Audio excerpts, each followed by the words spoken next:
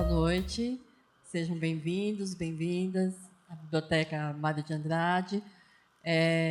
Essa é a série Encontro com os Escritores. É promovido pela Universidade do Livro, eu sou a gerente da Universidade do Livro. E a Universidade do Livro é o braço educacional e de formação técnica da Fundação Editora da Unesp. Tá? Essa série foi idealizada para aproximar os leitores dos seus autores preferidos, né? Gostaria de agradecer muito a presença de várias celebridades aqui, né? Convite do Dr. Walter, né? É uma honra recebê-los aqui. Esse encontro ele acontece em parceria com a Biblioteca Mário de Andrade e com a ACI, a Assessoria de Comunicação e Imprensa da Unesp. Tá? Então, hoje nós temos a honra, mais uma vez, né, doutor Walter? Hoje nós teremos o debate e lançamento do livro Mercado da Morte, Conexões e Realidades. Então, vou chamar primeiro Milton Jung, que será o mediador, falar um pouquinho dele. É jornalista, âncora do Jornal da CBN e do programa Mundo Corporativo da Rádio CBN, palestrante e escritor. Recebeu os prêmios Comunique de melhor âncora de rádio do Brasil, 2009 e 2014, e de melhor jornalista de empreendedorismo, 2017. Prêmio especial do júri APCA 2014 na categoria Rádio, Prêmio ABERJ 2016 na categoria Trajetória do Ano. Autor dos livros É Proibido Calar, Precisamos Falar de Ética e Cidadania com Nossos Filhos, Jornalismo de Rádio e Conte Sua História de São Paulo. Coautor dos livros Comunicar para Liderar e Escute, Expresse e Fale. Domine a comunicação e seja um líder poderoso. Milton, mais uma vez, muito obrigada por aceitar fazer a mediação. Agora, a convite do Dr. Walter, eu convido o ministro do STJ, professor doutor Sidney Benetti, docente da USP. Muito obrigada, ministro, pela presença. E agora vamos ao Dr. Walter. Dr. Walter é jurista.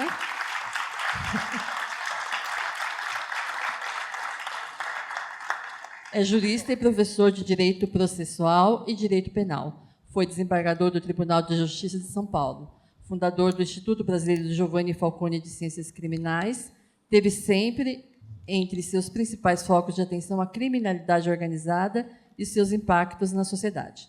Tem dupla cidadania brasileira e italiana e recebeu do presidente da República Italiana, pelo empenho na luta antimáfias, o título de Cavaliere della Repubblica.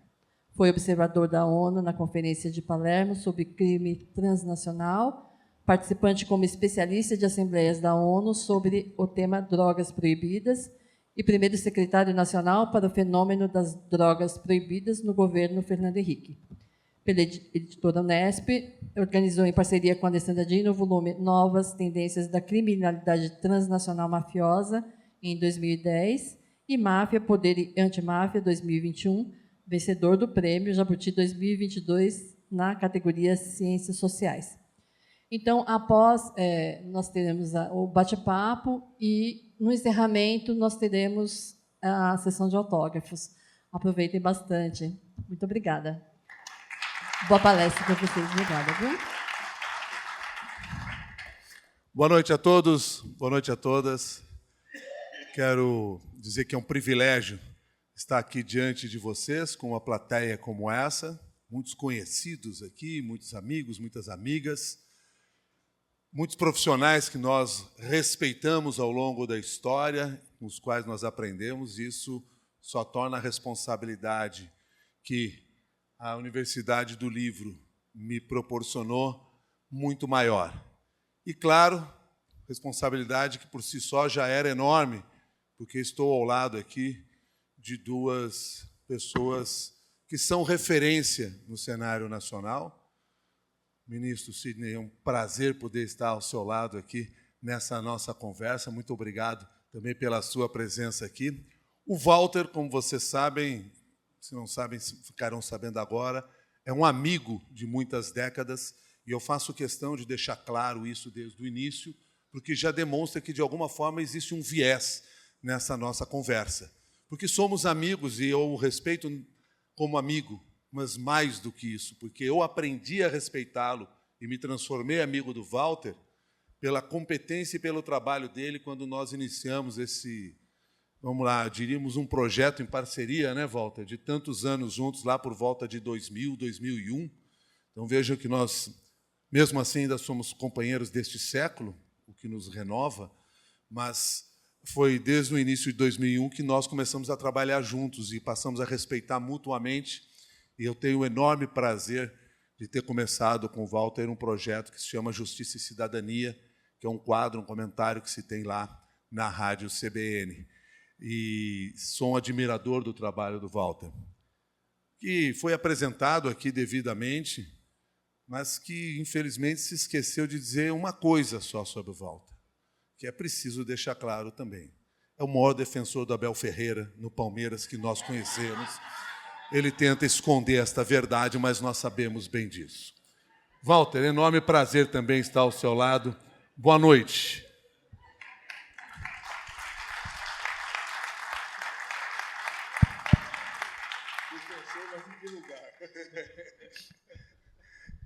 Ele quer ver o Abel em Portugal. Começamos mal. Estamos te ouvindo. Começamos muito mal. Primeiro com 2 sustos. Olha, eu vou chamar de Benete porque nós somos colegas de faculdade e amigos desde a faculdade. Nunca nos separamos. O Sidney Benete foi magistrado como eu no estado de São Paulo, desembargador, e depois foi para o Superior Tribunal de Justiça. Não é porque ele é meu amigo, mas ele efetivamente está aqui o Jacques, também um grande jurista que vai atestar isso. Igual o Benete não tem, viu? Por que ele não está no Supremo? Evidentemente porque ele não faz política e nem politicagem. Mas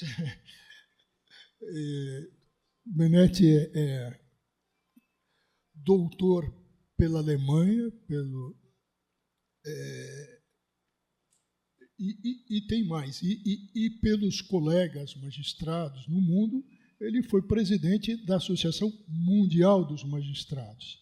Aí, sem qualquer politicagem, porque ali conta um mérito, contam os livros. Ele foi do Max Planck Institute, da Alemanha, um dos mais brilhantes juristas que saíram de lá. E o Benete prefaciou o livro. Aceitou o convite meu.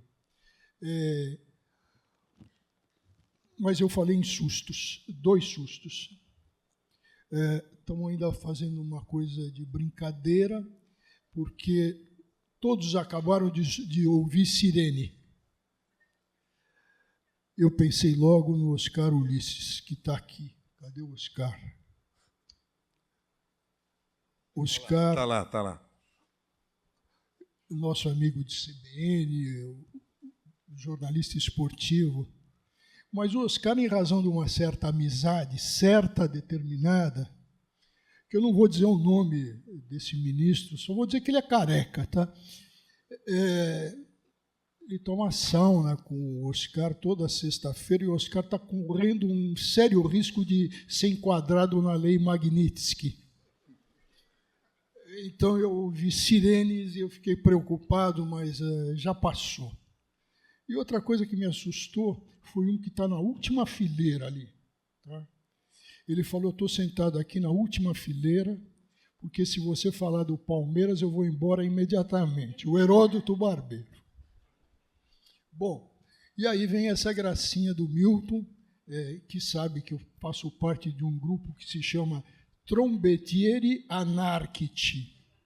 Então, nós adoramos principalmente as substituições do Abel.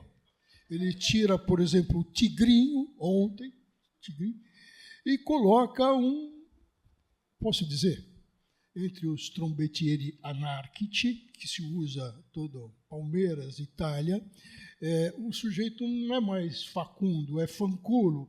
E ele entra em campo e todo mundo fala, mas como é que tira o melhor do time, que faz gol?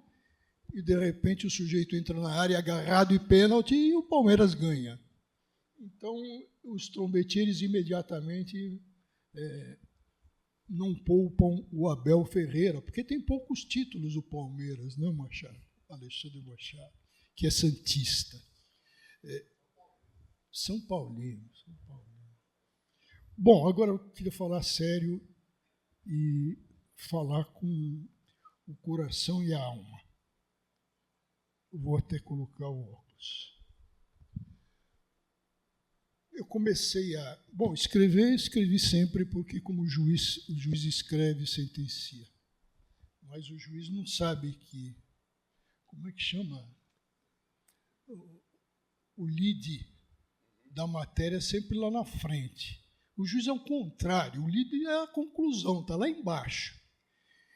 Então, certa vez eu fui convidado, tinha acabado de me aposentar, Benete, e convidado por um gigante do jornalismo para ser colunista na revista dele. Eu já o conhecia há muitos anos. E eu fui conversar com ele. Ele fez o convite com recomendações muito sérias. Olha, você tira o latim. Essa história de decujus, quer dizer, o cara que morreu, e que certamente, se você for... Como é que você vai tratar os herdeiros dele, tal de decujinhos? Não dá, né? E, bom, eu estou me referindo ao Mino Carta.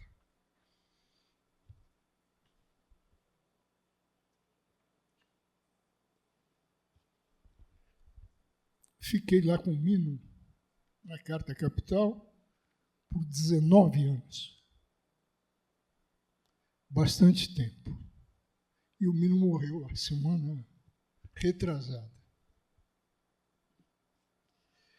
O primeiro livro que eu ainda não conheci, o professor Gésio, que dirige a Unesp, o primeiro livro foi para uma editora que eu acho que já morreu, mas foi Imposição do Mino Carta, que separou todos os artigos, falou, olha, a expressão dele, entre aspas, ele era um gozador, você dá uma garibada nisso que nós vamos fazer um livro. E ele fez o prefácio. Bom, outra coisa importante, e aí eu volto ao Gésio. Nós tínhamos, né, Gésio, um engenheiro capilar, vamos chamar ele assim, cuja viúva está entre nós. E foi esse engenheiro capilar que a gente cortava no salão dele, que eu conheci o Gésio. E por que o Wagner Correia fez isso? Era um sujeito de uma alma boa, extraordinário, informado, lia jornais e conversava. E ele, sem que soubéssemos, marcou o mesmo dia o corte do Gésio e o meu, para nos aproximar. E saiu isso que está aqui agora, que faz parte de uma trilogia. O livro está dedicado, evidentemente, além da minha esposa, que tanto me suporta e me dá tempo para escrever as coisas, e ela está balançando a cabeça que sim. Os meus 4 filhos, Bruno, Gustavo mais velho, Bruno, Mariana e Maria Fernanda, e os netos, Nora, genro, 2 netos. O livro também está, Milton, dedicado a eles. Agora, eu tenho amigos na magistratura, tenho amigos no esporte, porque eu fui um nadador que virou jogador de polo aquático, e que foi campeão de tudo. Nós ganhamos tudo durante 6 anos seguidos. não falem para ninguém, mas no meu time tinham 4 jogadores olímpicos, tá? Só podia ser campeão, evidentemente. Eu estava na... Bom, e tenho amigos também no jornalismo, vários aqui presentes, e que me honram muito. Então, eu estou muito feliz porque vejo que em todas essas áreas que eu mencionei,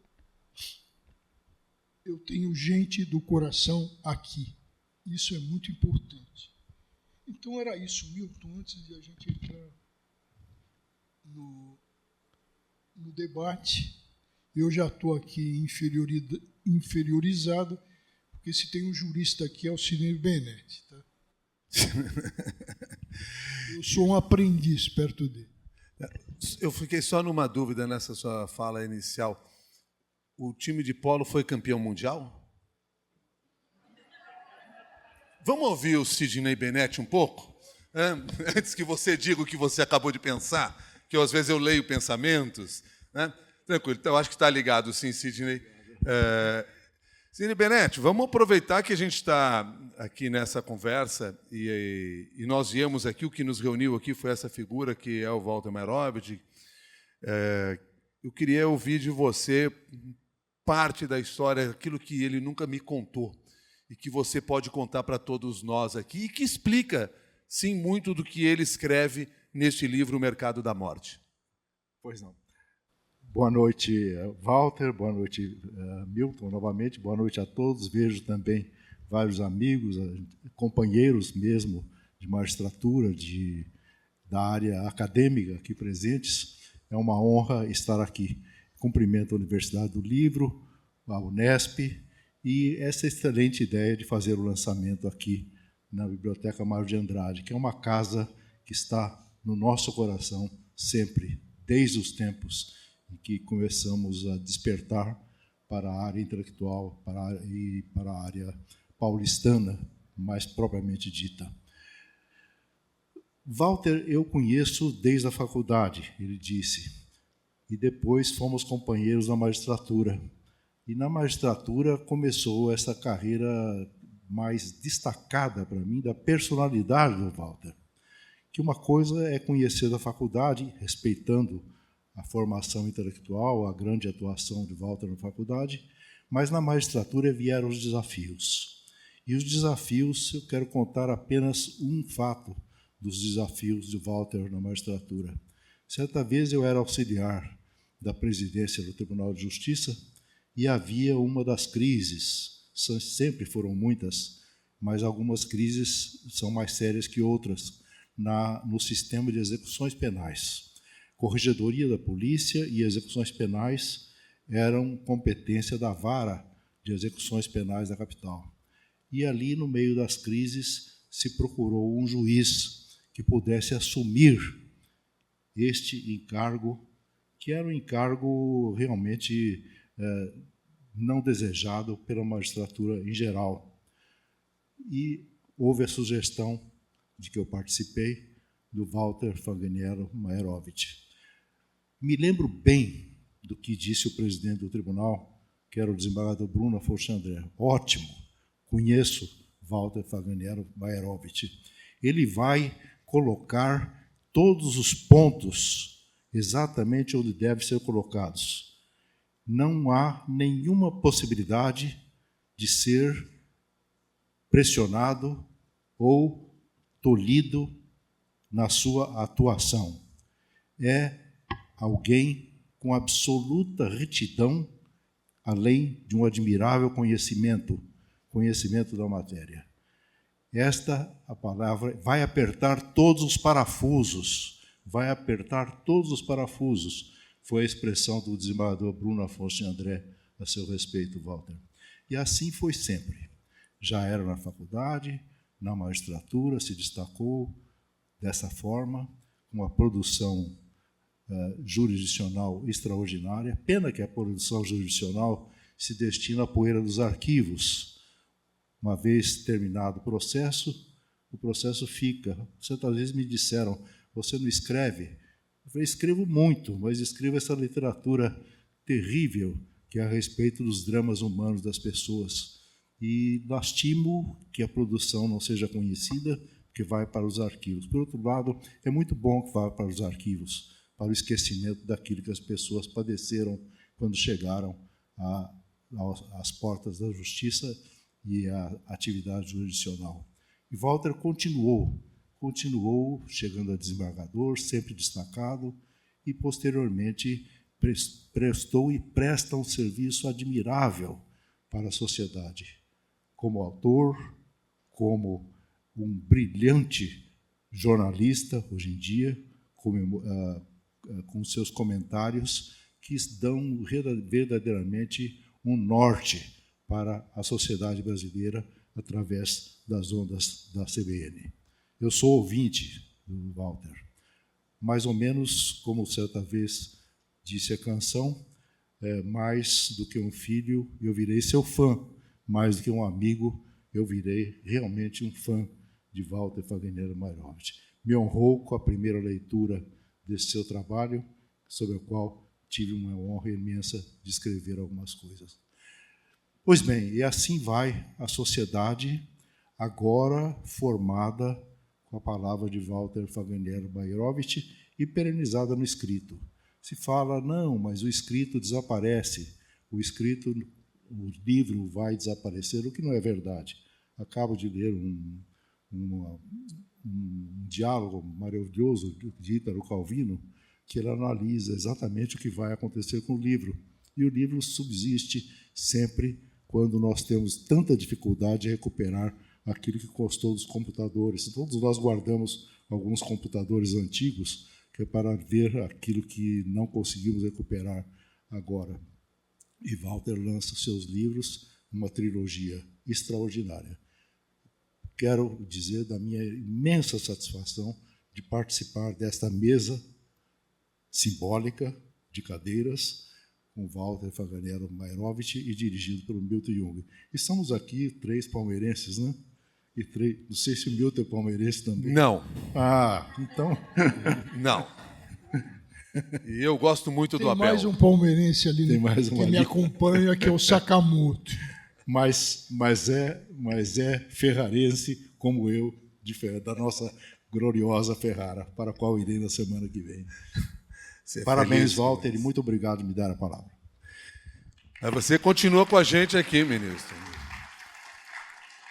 Walter, 2 vezes falamos aqui em trilogia. Apresenta a trilogia para nós. Bom, em dezembro do ano 2000, depois que vários juízes tinham sido dinamitados pela máfia, as Nações Unidas, com um grande atraso, resolve fazer uma convenção, me refiro à Convenção de Palermo, sobre criminalidade organizada transnacional, sem fronteiras. Porque àquela altura já se sabia que uma coisa são quadrilhas e bandos, outra coisa era essa criminalidade que atuava em rede planetária e que havia necessidade de os Estados tratarem de uma maneira melhor. Bom, resumindo, só para os senhores terem ideia, um grande mafioso havia sido condenado na Itália, fugiu para, evidentemente, para o Brasil,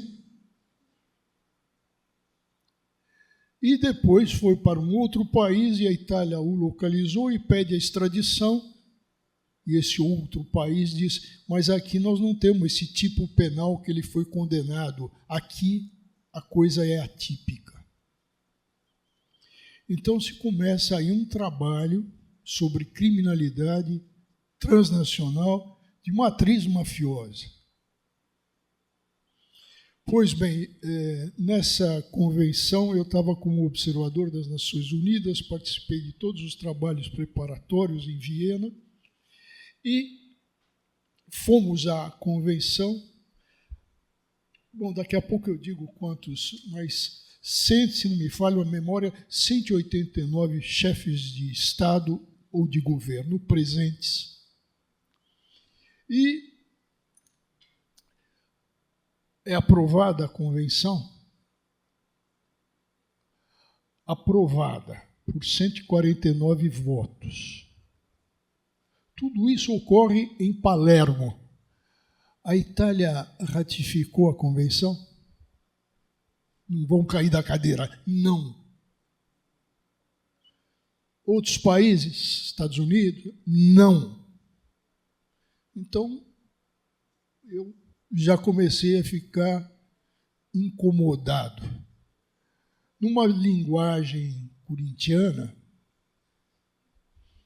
viu, Herodes? Numa linguagem corintiana, eu fiquei, desculpe, senhores, puto da vida.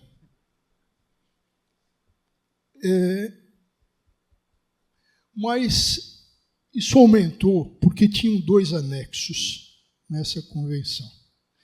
Um sobre armas de guerra, tráfico internacional de armas.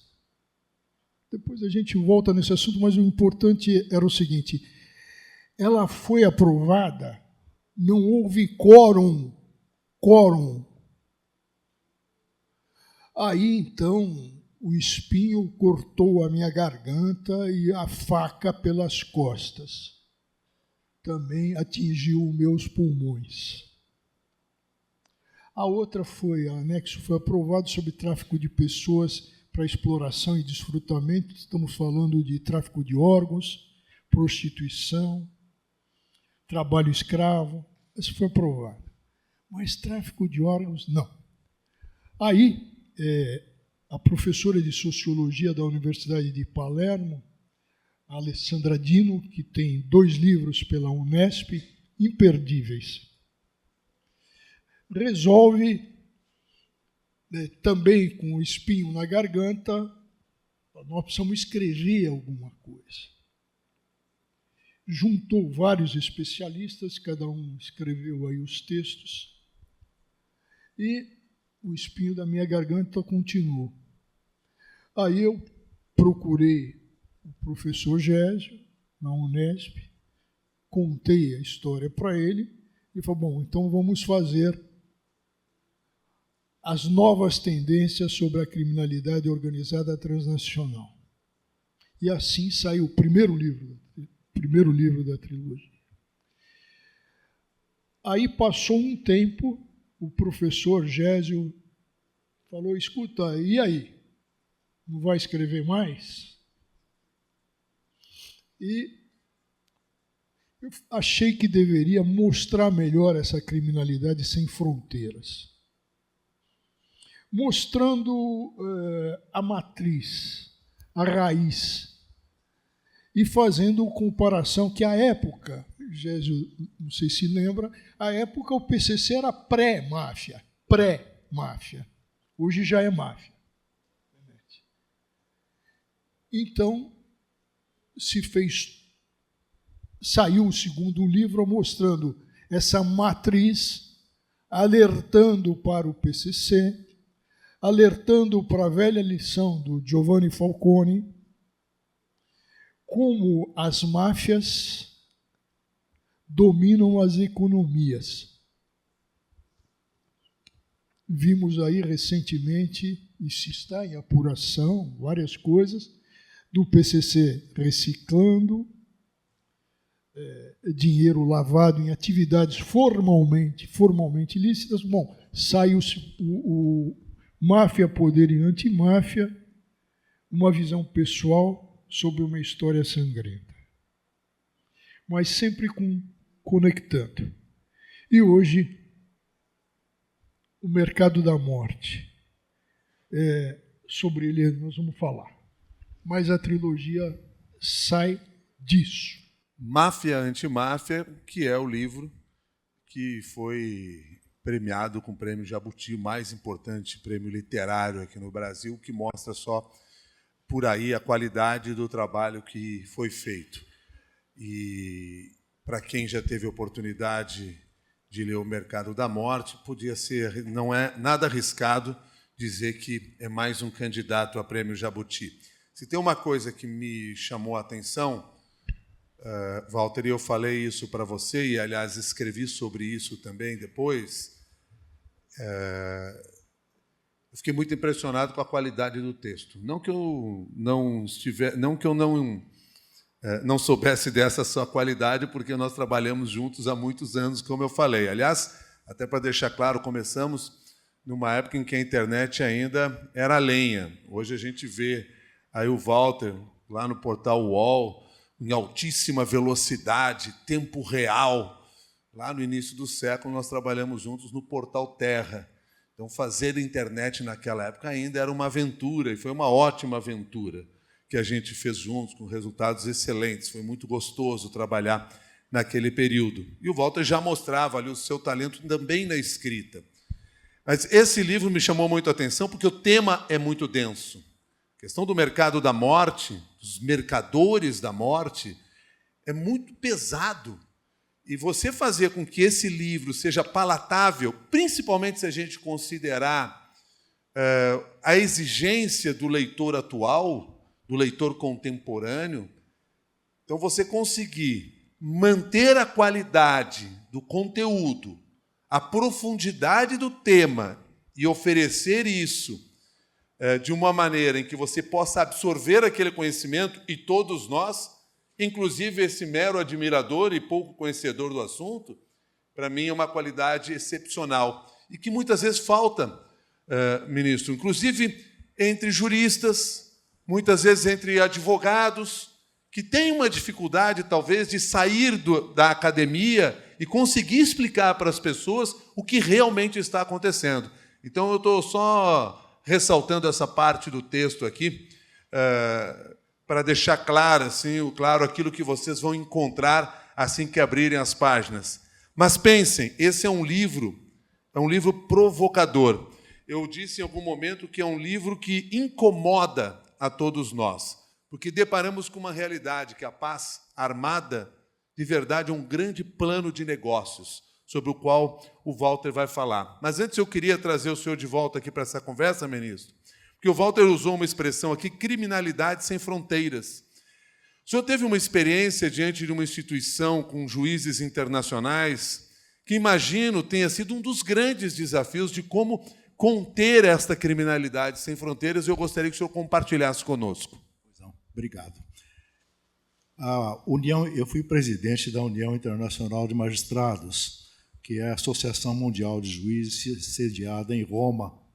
É uma entidade que já congrega mais de 100 países. E todos os anos, desde a fundação em 1956, a União Internacional de Magistrados prepara relatórios de cada um dos países. Cada um dos países que assiste à reunião anual prepara o seu relatório sobre vários temas, inclusive na terceira sessão de estudos, que é obrigatória, a respeito de direito penal e processual penal. E aí vem a questão da criminalidade, sempre com um enfoque nacional, mas um acréscimo transnacional. E o Brasil sempre esteve presente. O Brasil é fundador da União Internacional de Magistrados, fundado em Viena, com 4 países. O Brasil é um dos fundadores. Pois bem, a criminalidade, ela claro que não respeita fronteiras, e muito menos respeita as fronteiras hoje em dia, em que as fronteiras se esboroam, as fronteiras se tornam realmente fluidas. Fala-se hoje em dia que as fronteiras estão, como a questão informática, na nuvem. As fronteiras não são mais físicas. E isso é muito interessante, ver a preocupação do Walter com a criminalidade sem fronteiras, porque lida realmente com a persecução internacional da delinquência internacional, de que faz parte este mercado da morte. O mercado da morte é alimentado pela criminalidade internacional. E é muito interessante isso para os nossos tempos atuais, porque fala-se agora em desaparecimento do multilateralismo. Está nos programas de divulgação aquilo que se passa na reunião das Nações Unidas agora em Nova York. E realmente as coisas se alteram. Se alteram porque esse multilateralismo deixa de ser alguma coisa para nós, falando como juízes, para nós, alguma coisa que interessa aos estados, ao executivo dos estados, ao poder de governar dos estados, e passa realmente para o âmbito do poder judiciário. Passa para o poder judiciário, e isso é muito bom. Isso é muito bom porque não importa o que os estados vão discutir entre si, o que os governos vão ser desavindos entre si ou harmônicos entre si. O que importa é que na base, e esta base se torna cada vez mais importante e deixa de ser apenas algo mais profundo no âmbito internacional para aflorar com muito mais sucesso e muito mais evidência, esta base se coloca em um poder que realmente é neutro entre todas as demandas do mundo, que é o poder judiciário. O poder judiciário tem o seu alimento principal em independência do poder judiciário e em realização da justiça, de forma que aquilo que acontecer em um país e aquilo que acontecer em outro vai, em algum momento, chegar às mãos de magistrados de outros países. E os magistrados agora se conhecem. Os magistrados não se isolam mais. Os magistrados, inclusive por produto da comunicação moderna, eles se comunicam, trocam impressões, conhecem os problemas nacionais recíprocos e estão caminhando para a realização de uma melhor sociedade. Eu tenho um trabalho que foi a tese de livre-docência sobre homologação de sentença estrangeira. E ali o foco é exatamente esse. É que pode acontecer o que acontecer entre os estados, a verdade é que as sentenças estrangeiras serão mais e mais homologadas e as execuções, tanto criminais como cíveis, serão muito mais frutuosas para o futuro. É esse sentido transnacional. E esta obra de Walter Fagneriano Mairovitch vem nesse sentido. Houve como que uma antecipação daquilo que está acontecendo agora na sua obra, Walter. E isto se coroa agora com este tenebroso mercado da morte. Agora, Walter, você foi buscar num servidor do Império Romano inspiração para escrever esse livro tão atual? O que o Vegesto tem a ver com isso? Bom, vamos aí dar um passo atrás.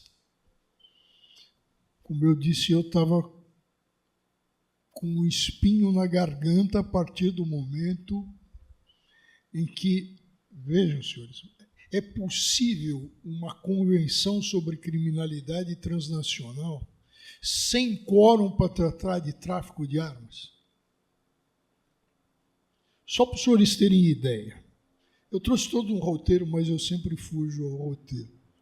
Para os senhores terem ideia, Convenção das Nações Unidas, o que tinha em vigor?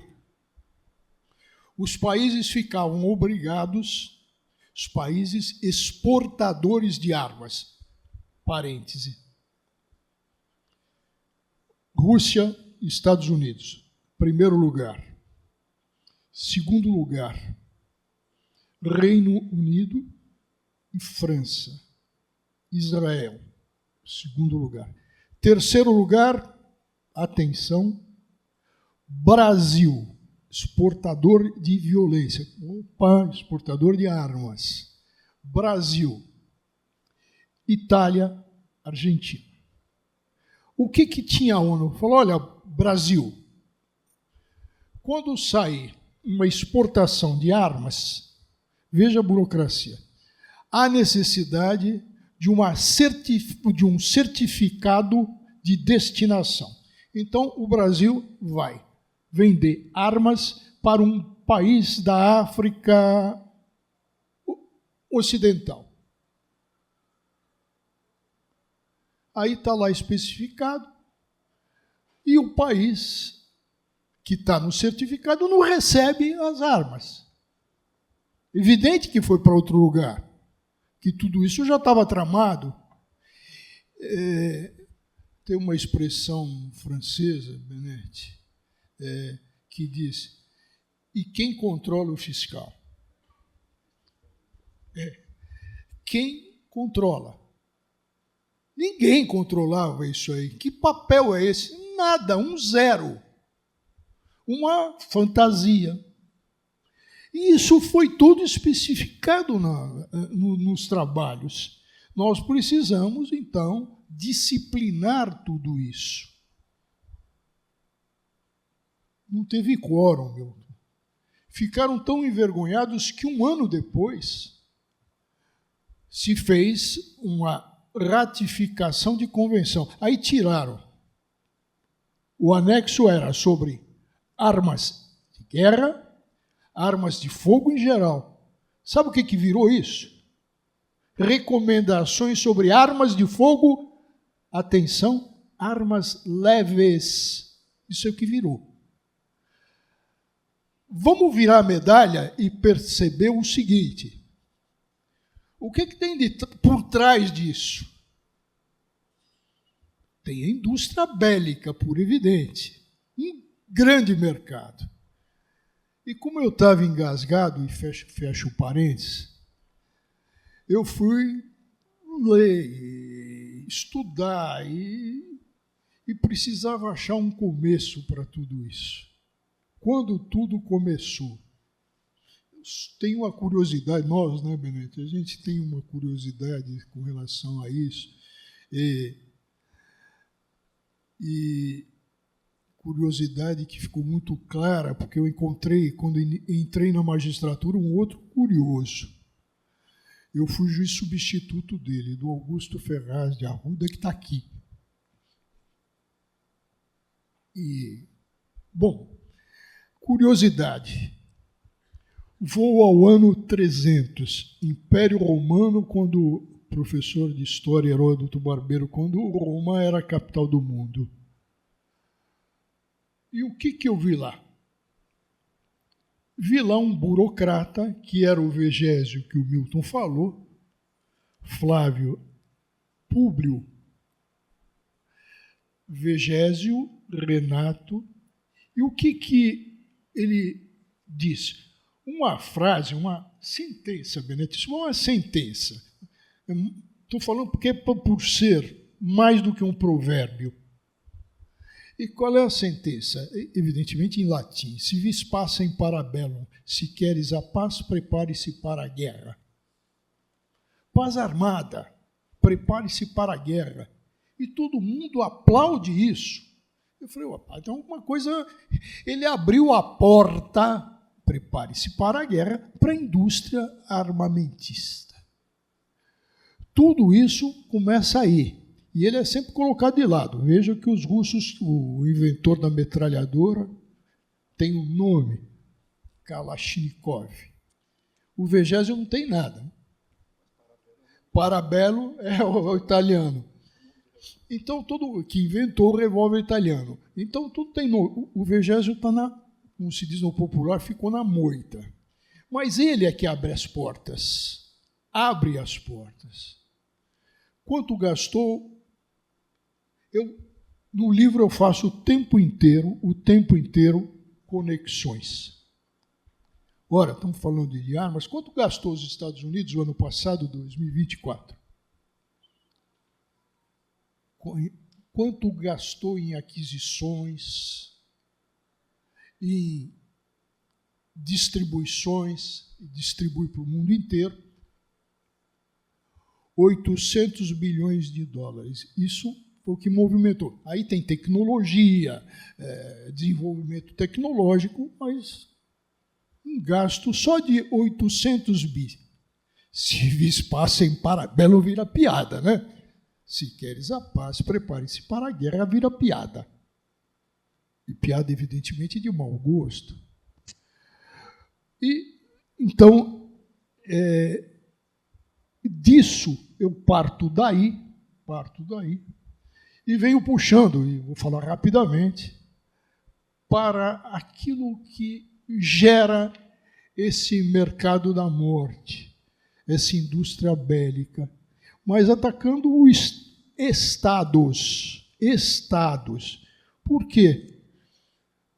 surgiu a espionagem de uma outra maneira. A espionagem chapa branca. Espionagem chapa branca com um eufemismo, né? Agências de inteligência, pura espionagem. E o que faz a CIA, o que fez a KGB, o que faz o Mossad atual, e as brincadeiras que a gente se diverte com essa ABIN, né? Que até os oficiais da ABIN são todos secretos, evidente, mas aqui não, eles fizeram uma passeata reivindicando aumento de salários. São coisas curiosas, isso está no livro, mas na sequência, espionagem. Da espionagem eu passo, evidentemente, para aqueles que traficam armas, e quem muitas vezes está por trás? Está por trás a CIA, evidentemente, o Mossad, está por trás. Quem? Agências que têm interesse. Então, a gente assistiu o que aconteceu no Afeganistão, quando no tempo da Rússia. Quem é que fornecia as armas? Ou na Nicarágua, com os contras.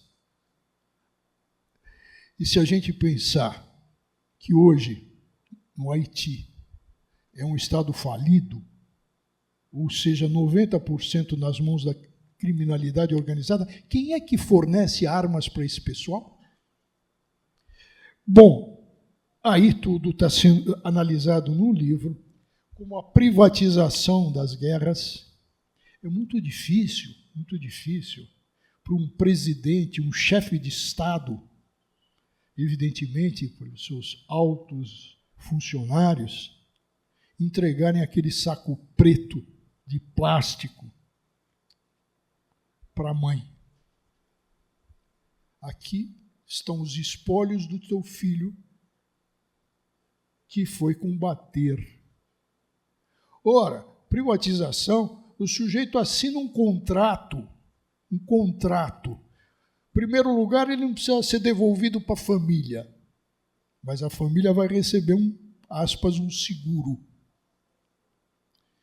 Privatização das guerras. E nesse cenário inteiro, nós tivemos evoluções, passamos por uma fase, e agora eu vou falar de jurisdição internacional, onde os países resolvem, falam, olha, precisa ter uma jurisdição internacional, tribunais internacionais. Tivemos a experiência de Nuremberg e Tóquio na Segunda Guerra Mundial, mas eram tribunais militares. Aí surge e o que acontece com o Tribunal Internacional de Justiça, antes Tribunal Permanente, a Corte de Haia, o Hitler fechou. Aí resolveram reabrir com outro. O Hitler fechou, evidentemente, quando fechou o Palácio da Paz em Haia, onde funcionava isso. Então, entra em jogo nessa história o Tribunal Penal Internacional, onde nós temos 2 mandados de prisões, Netanyahu e o presidente dos Estados Unidos, o presidente da Rússia, Putin, 2 mandados. E quem é que vai cumprir? Quem é que vai entregar?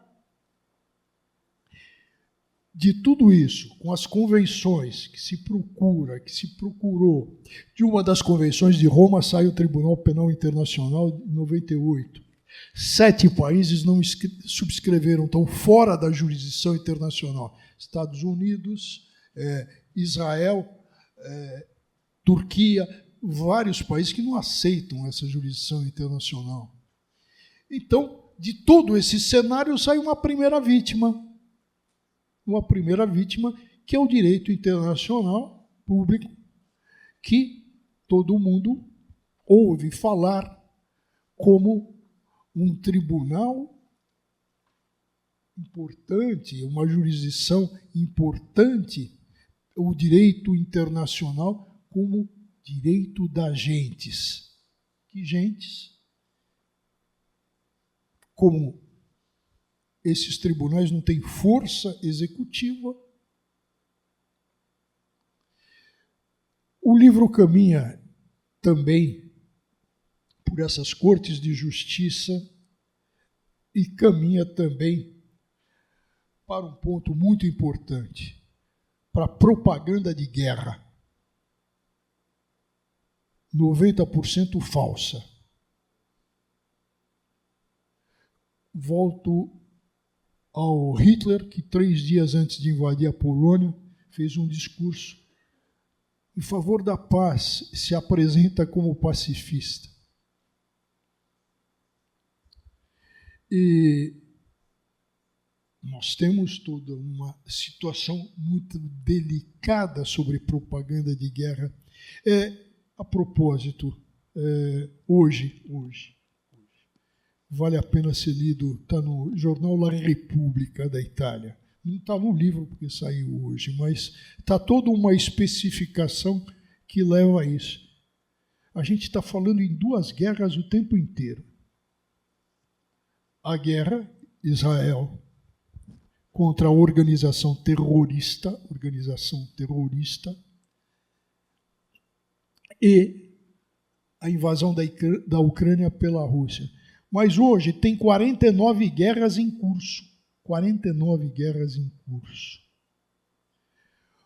E a propaganda de guerra é muito intensa. Voltando ao jornal La Repubblica, no editorial maravilhoso, fazendo um balanço disso e falando na propaganda de guerra. O que já tem de propaganda de guerra? Não estou aqui analisando o mérito, se é verdadeira ou falsa, porque a propaganda de guerra 90% é falsa, mas tem 10% de verdade. O Hamas está perdendo essa guerra fora do território. O antissemitismo se divulgou pelo mundo.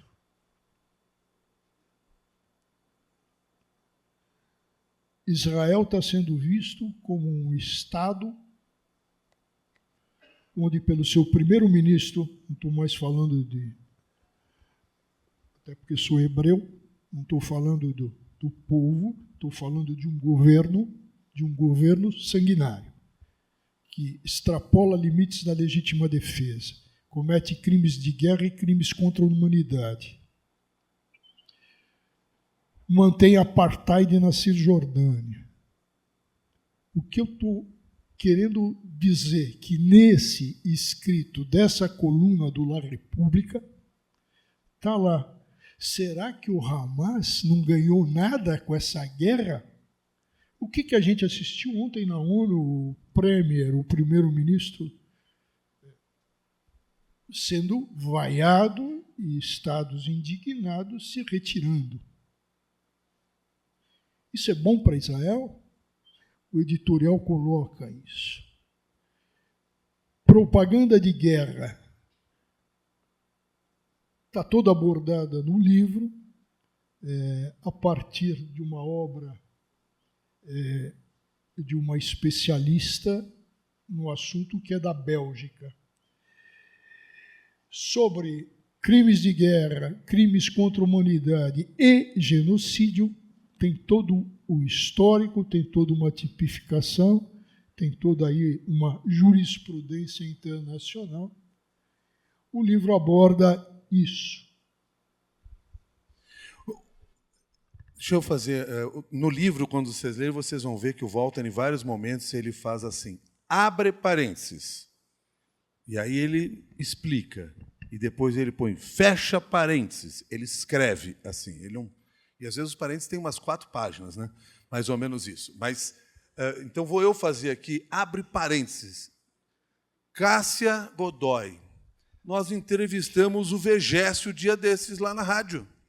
Agora que eu estou pensando nisso, porque você falou essa história de fazer guerra para pacificar, tem gente querendo anistiar para pacificar. Eu acho que é a mesma coisa quase, não? Tem gente querendo o esquecimento, que é a anistia, achando que nós somos idiotas, né? Isso aí também precisa ser ressaltado, né? Ou senão, caradurismo de vir com blindagens.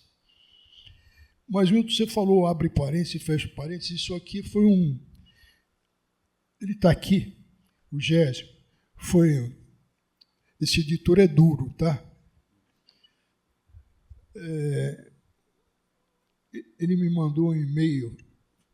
Escuta aqui, ó, você está citando uma frase aqui, está dizendo quem é o autor da frase, só que você não está dizendo o livro e a página. Esse é o Gésio, tá? Aquela altura, o livro e a página, ainda bem que eu marco tudo, tal, e aí eu não estou dizendo que isso é chato, não, longe disso. Longe disso. Mas eu quis dar um drible nele.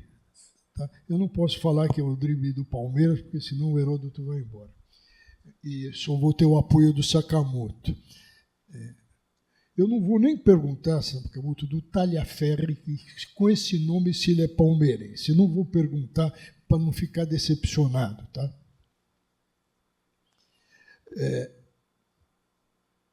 Dá dele dizer que não. Tá bom. Bom, como é que é esse drible? Eu tentei dar um drible da vaca, mas passou, então eu dei o drible da vaca e dei um chapéu nele. É muito ruim, pelo menos para mim. Lá embaixo, no final da página, tem a nota explicativa. Então, lá tem uma frase, tem lá, aí tem um númerozinho, 1, vai para o pé da página. Eu falei, bom, mas aqui, pé de página, ninguém lê. Você fala, depois eu vou ler. Tal. Já está difícil fazer o pessoal ler a página inteira. Rapaz, então, Benete, eu coloquei, abre parênteses, e jogava a coisa, fecha parênteses, para não ir para o pé da página e para tentar enganar o Gésio. Mas nessa ele entrou, tá? Então foi uma técnica que... Eu tenho certeza que o Gésio não foi enganado nisso, porque quando ele percebeu essa tua estratégia, ele entendeu, até porque o Gésio sabe traduzir também as demandas dos leitores, que era uma grande oportunidade de fazer o leitor entender determinadas citações, determinadas passagens da história que se faziam necessário, sem precisar abrir um novo capítulo, aumentar ainda mais todo o processo. Então, isso foi uma estratégia bastante interessante. Agora, essas coisas de estratégia, eu aprendi com o Mino Carta, tá? E o meu revisor que estava aqui, que é o Sérgio Lírio, que é o sucessor do Mino na revista, cadê o Sérgio? Está aqui. Nossa, Batistão do lado. Batistão é o maior cartunista do Brasil. Ele consegue fazer caricaturas do meu neto lá. E quando eu pedi para ele fazer do meu neto, ele falou, não gosto de fazer caricatura de criança. Mas fez. E meu neto vai todo dia lá e olha, isso aqui sou eu. Mas o Mino falava que, olha, você precisa inovar muito nas coisas, na escrita, você precisa criar um certo suspense e uma coisa que você quer destacar, você não pode deixar muito no escuro. Foi aí que eu inventei a história do abre parênteses e fecha parênteses. Deixa eu dizer, vai lá, se Milton me permitir. O livro tem algumas coisas interessantes do ponto de vista formal.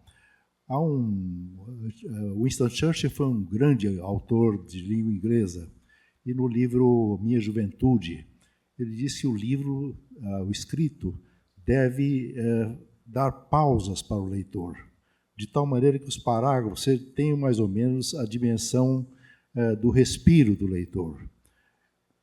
Páginas imensas, é claro que atrapalham o leitor, salvo os grandes autores que estão acostumados a manter o interesse do leitor, ainda que em páginas sem parágrafos. Está aí Guimarães Rosa, está aí Saramago e tantos outros. Mas o livro tem de ter os parágrafos de tal maneira que o leitor respire a cada parágrafo. E esse livro do Walter tem isso. Por isso é um livro agradável de ler, o que é um predicado muito importante em toda e qualquer obra literária. Ele respeita. Daí vem, talvez, os parênteses. Os parênteses também são um momento em que dá uma folga do texto principal ao leitor, como que tendo um pouco de consideração para com essa concentração que o leitor apresenta. Se me permitir, o Walter e o Milton, nas digressões que foram apresentadas, eu estava assoprando para o Walter a história do Parabellum. Parabellum virou realmente até uma marca de revólver, né? Ele está lembrando, Walter, Parabellum. O revólver é a preparação para a guerra com manutenção da paz. Nessas guerras de agora, sobretudo na questão Rússia-Ucrânia, não sei se atentaram, deve ter atentado, há um fenômeno muito interessante, é que os povos que estavam impedidos de terem exércitos expressivos começam realmente a aproveitar essa oportunidade para desenvolver os seus exércitos. E, evidentemente, por trás não está apenas um poder nacional, como se fosse exercitar esse poder de invasão de outros países, mas está realmente a indústria armamentista.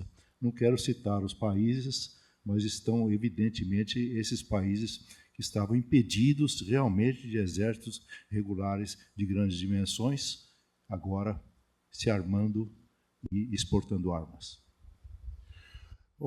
Walter, nós temos um compromisso também com todo esse público que está aqui, porque logo depois dessa nossa fala aqui, dessa participação de vocês, nós teremos a sessão de autógrafos, lá na parte da frente, né? Logo aqui na porta, né? Do lado esquerdo, é isso?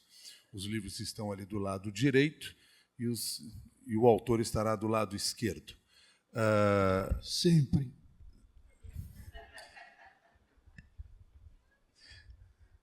Não, perfeito. Longe de mim querer dizer alguma coisa ao sinalizar esse posicionamento. Mas, enfim, então eu só queria trazer aqui para que a gente fosse chegando a um ponto de conclusão na nossa conversa. E antes de passar a palavra para você, eu vou pedir para o ministro fazer esse ponto final da sua participação aqui conosco, que é, talvez, provocando o senhor a me dizer o seguinte, porque num dos capítulos em que o Walter fala dos tribunais, de como combater tudo isso que nós estamos acompanhando, nesses crimes sem fronteiras, usando novamente essa expressão, da fragilidade nesse combate. Como que a justiça pode nos oferecer cidadania dentro desse cenário que nós estamos assistindo? É uma questão interessante que lida com a sanção típica do direito internacional. O direito internacional não é, naturalmente, um direito de sancionamento, quer dizer, aplicar realmente a medida concreta determinada pelo julgamento.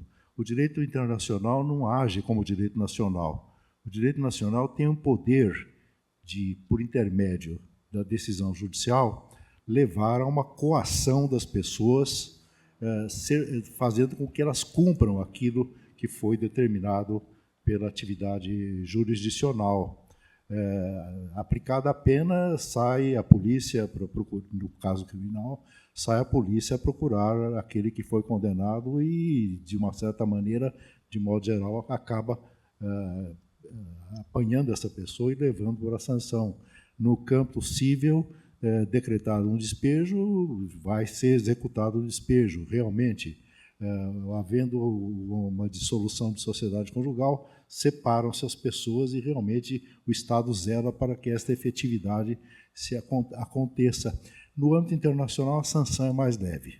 A sanção é uma sanção que paira realmente nos Estados.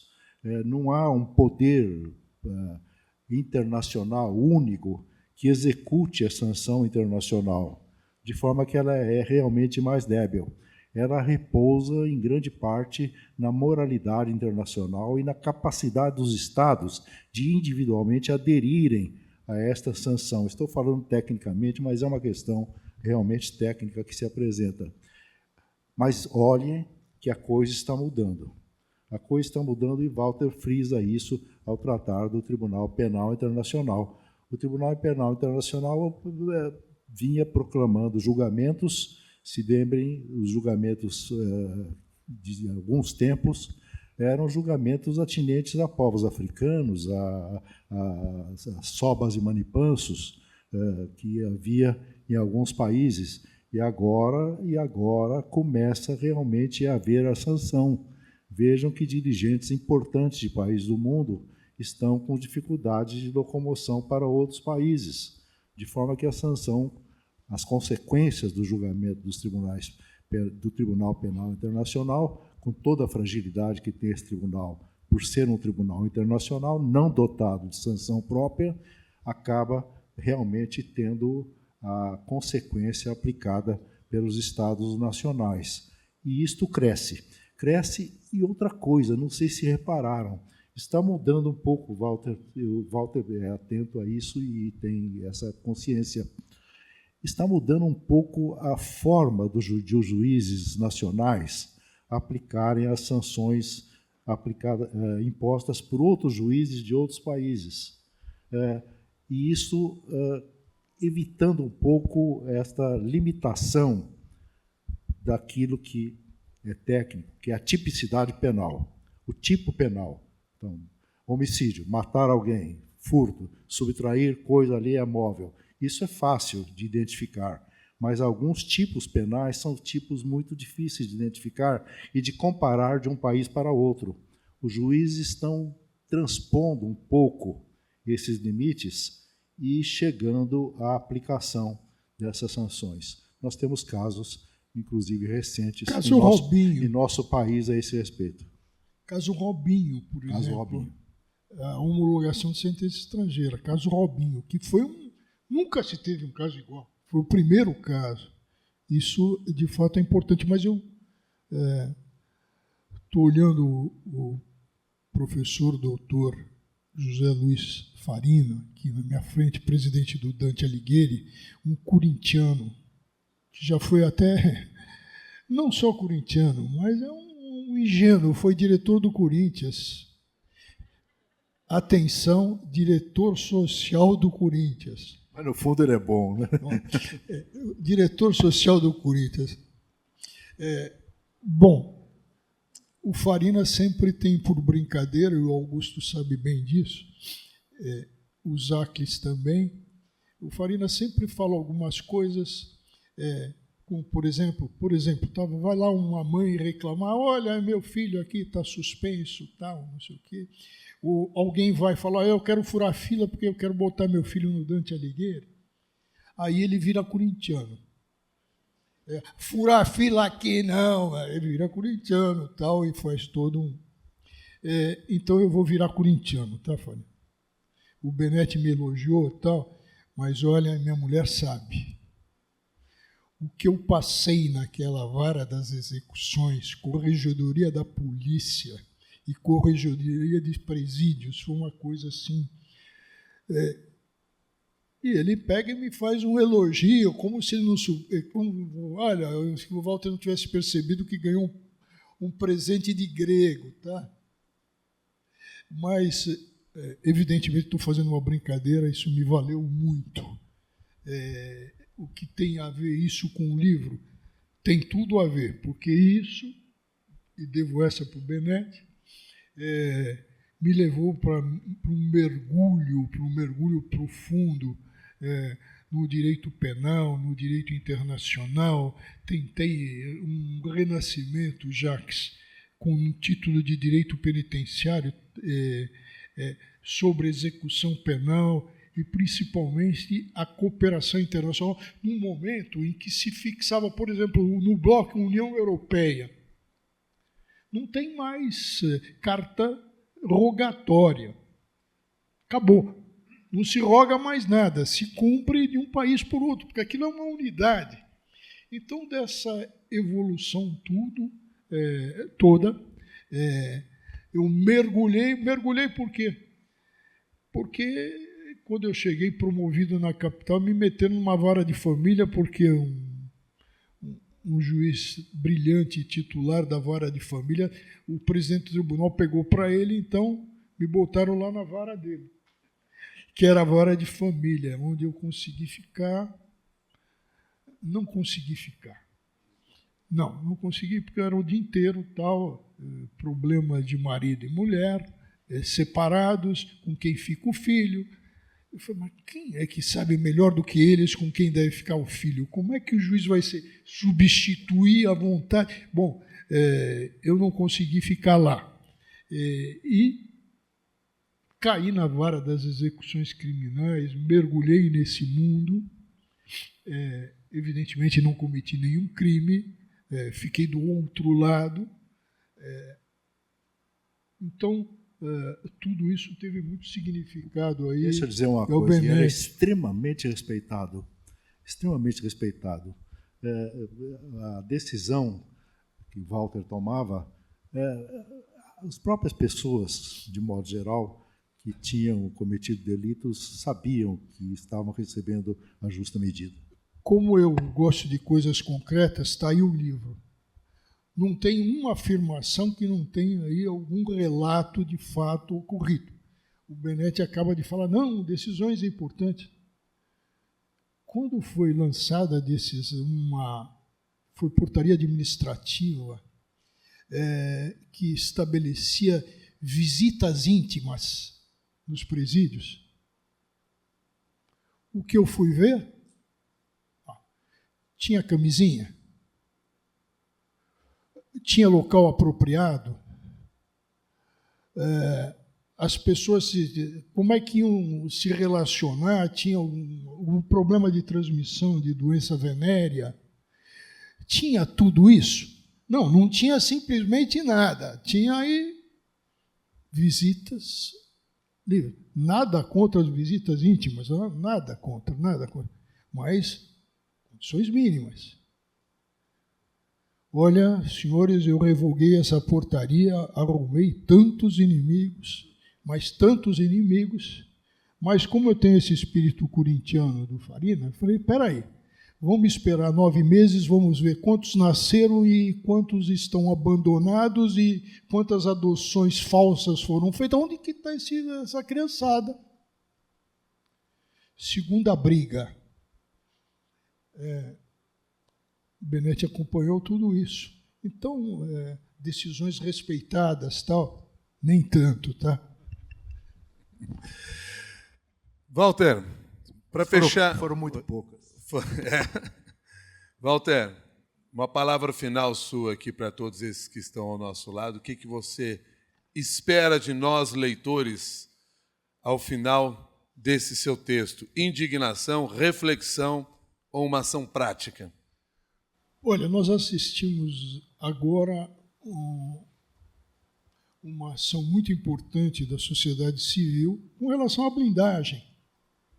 Essa blindagem que representantes queriam estar sendo colocados de forma especial, geradora de impunidade, estava sempre na mão da sociedade civil de reagir, está na mão da sociedade civil de exigir mudança cultural.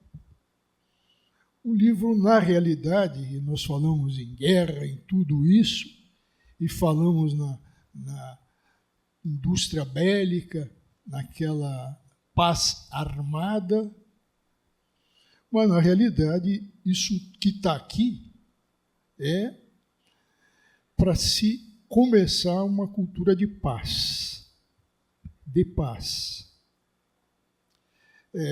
Está aí bem, não está expresso, claro, mas aqui está um caminho que a gente tem que construir, tem que buscar na sociedade civil de uma cultura de paz. E vale para todos os setores, não só a violência do Estado, esse Estado que nós temos, que tem uma polícia militar que tem autorização para matar. Nós precisamos mudar toda essa cultura. Mudar. Evidentemente que eu não tenho essa pretensão num simples livro, mas vamos semeando, né? Perfeito. Parabéns. E muito obrigado, Walter Fanganello Maierovitch, ministro Sidney Benetti. Muito obrigado também por trazer aí o seu conteúdo, sua experiência, sua palavra aqui para este palco. Eu estava me recusando a sair do meu lugar para encerrar o bate-papo. Agora nós teremos que nos contentar com a leitura. Então, agradeço a todos pela presença e vamos à sessão de autógrafos agora. Muito obrigada.